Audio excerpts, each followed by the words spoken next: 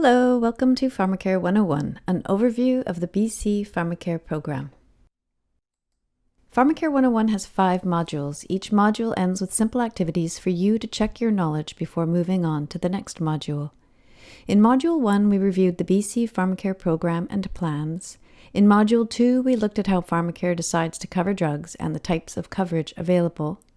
In Module 3, we started to look at some of our most important policies, and in this module, Module 4, we will continue our review of PharmaCare policies. Module 3 ended with these simple activities. Let's go over the answers now. The 7 therapeutic classes in the RDP program are ACE inhibitors, ARBs, calcium channel blockers, H2RAs, NSAIDs, PPIs, and statins. Ramipril is the reference drug for the ACE inhibitor category.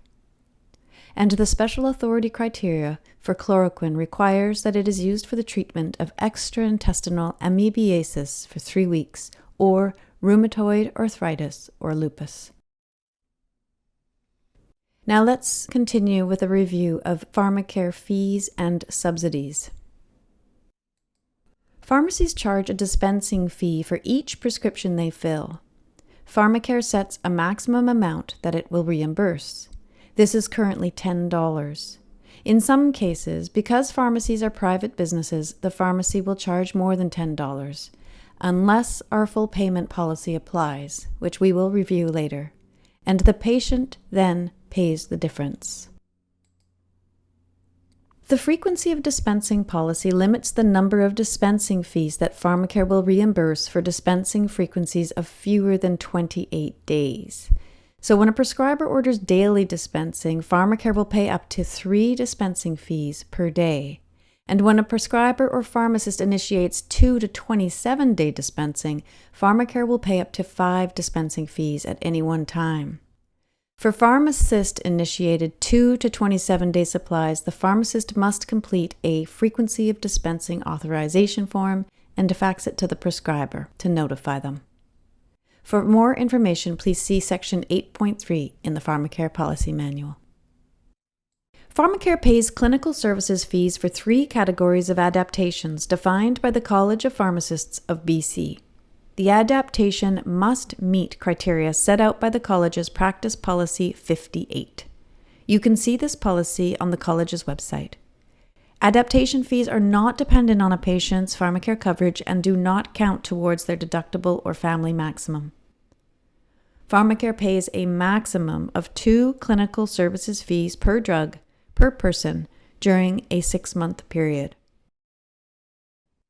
BC pharmacists can claim medication review services they provide to eligible patients. Reviews are for people on 5 or more qualifying medications and are meant to identify drug-related problems.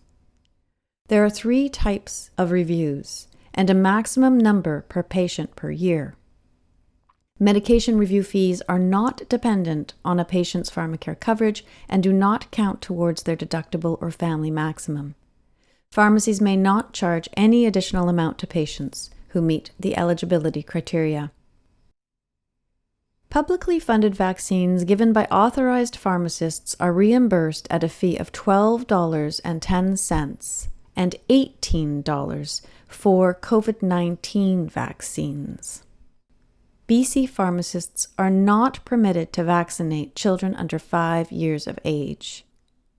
The fee is paid directly to pharmacy and is not dependent on a patient's PharmaCare coverage and does not count towards their deductible or family maximum. Pharmacies may charge additional fees for private pay vaccines not covered through Immunize BC, such as those required for travel. The Rural Incentive Program is a subsidy to help remote pharmacies stay open. This ensures everyone is able to access prescription medications across all of BC.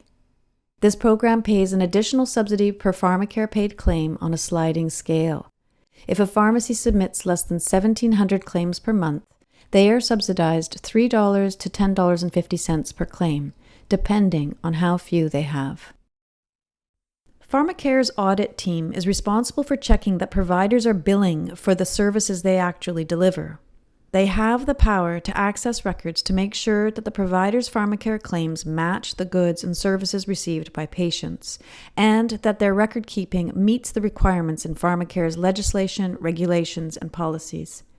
If non-compliant claims are identified, the provider may be required to repay non-entitled amounts to the ministry.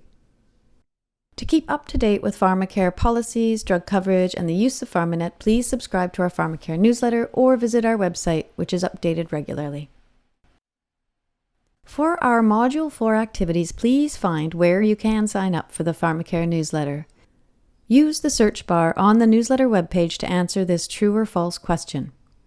When searching for a patient's PHN in PharmaNet, the system automatically searches for first initials when a full name is entered. Thank you for joining me, and I will see you in Module 5.